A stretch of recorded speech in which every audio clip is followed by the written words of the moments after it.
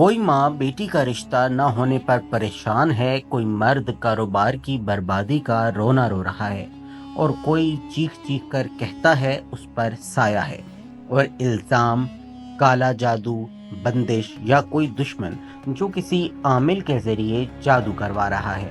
لیکن سوال یہ ہے، کیا واقعی یہ سب جادو کی کارستانی ہے، یا ہم نے اپنی ناکامیوں، محرومیوں اور خوف کو کالے جادو کا نام دے دیا ہے؟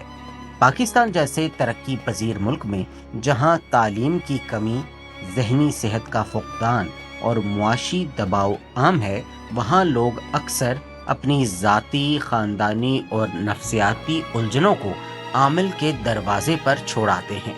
یہی نہیں، کچھ عامل اسی اندھیرے کو اپنا کاروبار بنا چکے ہیں۔ پہلے یہ سوال کرتے ہیں، شوہر کیسا ہے؟ تمہیں کب سے یہ محسوس ہو رہا ہے؟ پھر وہی جوابات الہام بن کر واپس آتے ہیں۔ تم پر بندش ہے، تم پر سایہ ہے، کوئی عورت تمہارے شوہر کو لے گئی ہے۔ اس کے بعد شروع ہوتا ہے جادو کا کاروبار۔ اقسام سنیں: گڈے گڑیا میں سوئیاں چبو کر تکلیف دینا، بکرے کے سر کی طلب، زعفران، لوبان، کالے کپڑے، خون سے تحریریں، آئینے اور پیالے میں چہرے دیکھنے کی وارداتیں، اور قیمت ہزاروں روپے یا کبھی کسی عورت کی عصمت۔ پاکستان کے مختلف شہروں میں ایسے درجنوں کیسز رپورٹ ہو چکے ہیں جہاں عاملوں نے خواتین کو جادو کے توڑ کے نام پر جنسی تعلق پر مجبور کیا۔ اسلام کیا کہتا ہے؟ رسول اللہ صلی اللہ علیہ وسلم نے فرمایا، 7 ہلاک کرنے والی چیزوں سے بچو، ان میں سے ایک جادو ہے۔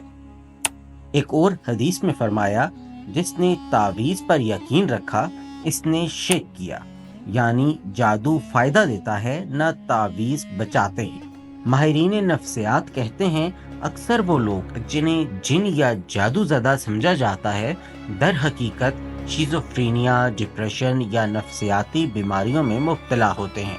ان کو دوا، پیار اور علاج چاہیے، نہ کہ تعویذ، بکرے اور خون یا عامل کا دھوکہ۔ وادی جن سعودی عرب کی مشہور جگہ ہے، جہاں کہا جاتا ہے گاڑیاں خود چلتی ہیں، لیکن یہ زمین کے قدرتی زاویے اور کشش ثقل کی چال تھی۔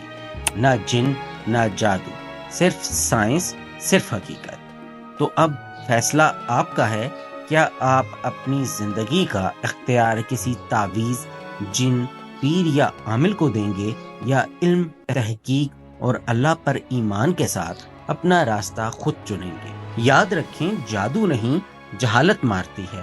تو ہم پرستی کے اس اندھیرے سے باہر آئیں، علم کی روشنی اپنائیں، سوچ بدلیں گے تو زندگی بدلے گی۔